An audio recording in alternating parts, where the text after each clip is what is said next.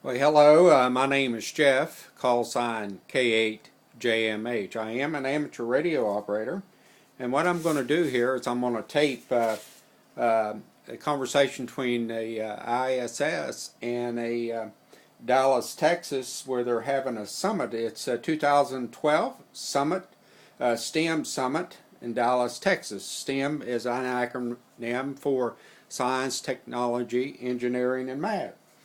And it's going to be probably, I do believe there's 75 young adults, 16 to 24, it's going to be there. And even, I do believe that Marvin, Assistant Administrator for Education, is going to be there, and Charlie Baldwin, the NASA Administrator, is also going to be there. So we're getting around here, we're getting probably pretty close. You can see the ISS is getting pretty close on my footprint. I am running a Yaesu 736R with a preamp and with a diamond antenna, which is a 5-element, which is directional. And to let you know, it is 97 degrees. It is 11 minutes after 2, so we ought to be getting pretty close here. I'm not going to do too much talking. Let's see if we can hear. I will be changing the radio back and forth and changing the antenna. So here we go.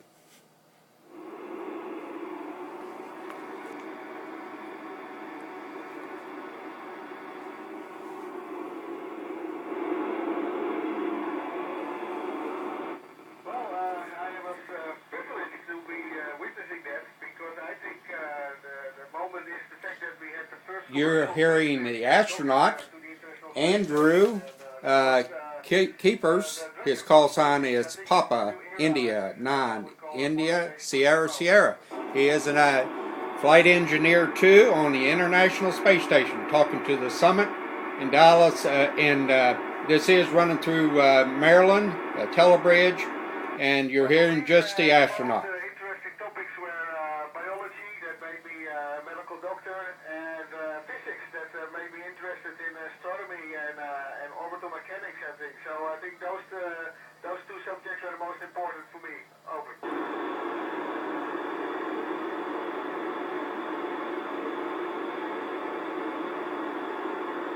Well, the most important thing is that you're motivated. So you have to choose something in technology or science that you really like, that interests you. Because if that's the case, then you'll probably be very good in it as well. And that is the biggest step. So pick something that you like and pursue that. Over. I turned the squelch off there. He's thrown me almost 50 over there with the preamp. He's coming right at me. The most interesting thing that I learned since I went to space is that the Earth is a beautiful planet, but also very fragile. Before you know it, you pass a big forest like the Amazon, and you see that a lot of life and population is growing, and we have to be careful with our planet. I think that's the most important thing that I've learned over.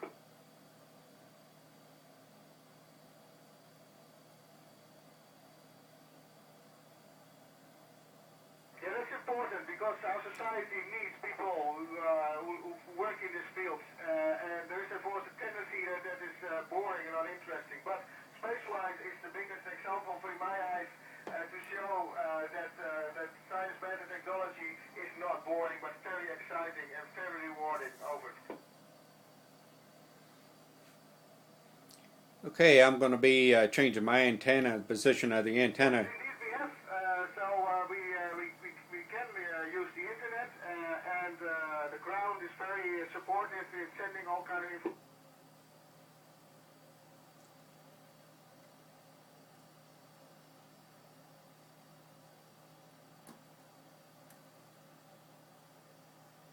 Well, of course, you have to go through a selection to be an astronaut, but first I started in space medicine. I'm a medical doctor, and I wanted to work in space medicine and see what the effects are of space travel to the human body.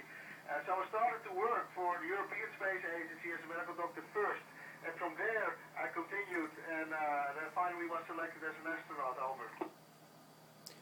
We're going to kind of lose him here a little bit because I got to swing my beam around the opposite 180 degrees there Well, to it pick him could be up. something in technology and science, so it would be great if you have a couple of degrees in French or sociology about, well, maybe sociology could be very helpful also for work with that, but if you want to work, say, in the technical science field, that are also the topics that you have to study in college right now, over.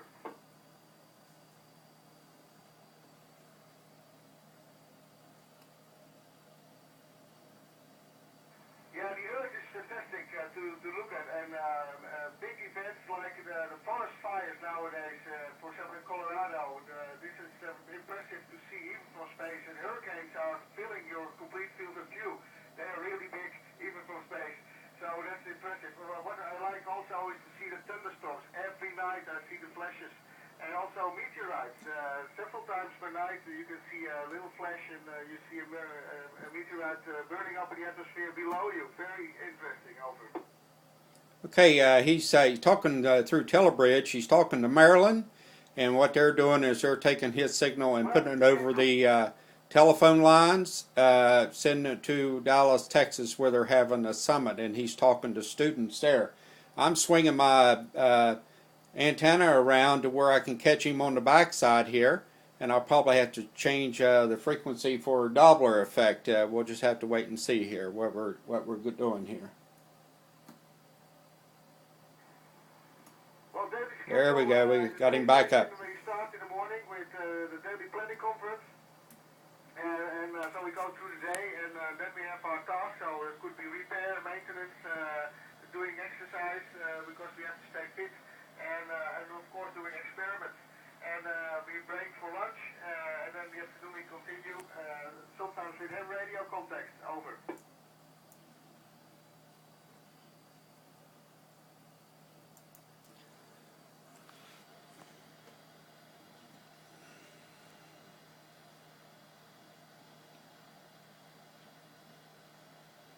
Well, it was very weak. Can you repeat the question?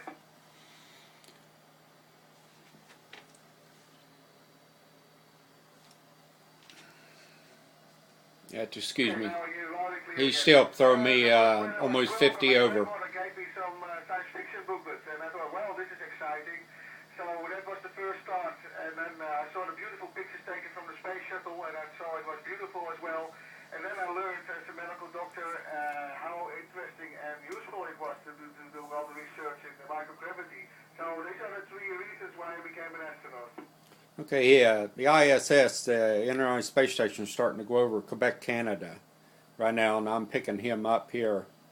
Well, it's not so much the distance to the ground, it's more the fact that we go 17,500 miles per hour that separates us from the Earth. And it's at high.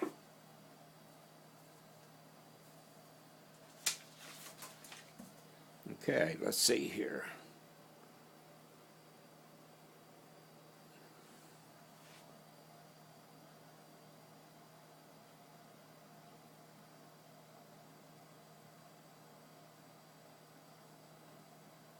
Well, the signal just dropped out there real fast there. Let's wait a few seconds here and see if it could be a possibility. Well, Yeah, there we go. Learning Russian. I was already 40 when I had to start with that, and that's not that easy. So that could be a difficult one. What was also difficult is to operate the robotic arm. There's a lot of things to think about. Very complex, but very beautiful piece of equipment. So these were the two most difficult things for me, over. Well, I'm not having to change for Doppler effect here. It's really coming in pretty. The sound of birds and sunshine after a rain shower, over. Oh, I can hear. There's a little bit of coming in there. I might have to change here for Doppler. Yes, I do have free time in the evenings, in the weekends, and well, I spend it like most people, watching television with. Okay, there. I changed for Doppler effect there. He's moving away. He's still moving away.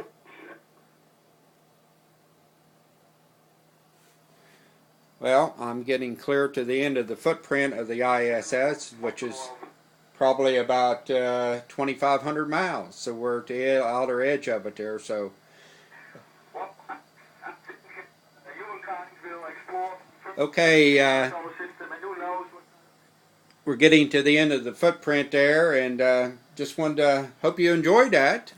I certainly do each and every time I do it, and it is really interesting. And the STEM program, science, technology, engineering, math, that helps students to help get involved.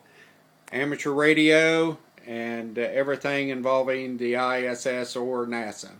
Okay, very good. Thank you very much. I hope you enjoy this. We'll be backing out. This is Jeff, K8JMH, and I'll let you know here, it is 98 degrees.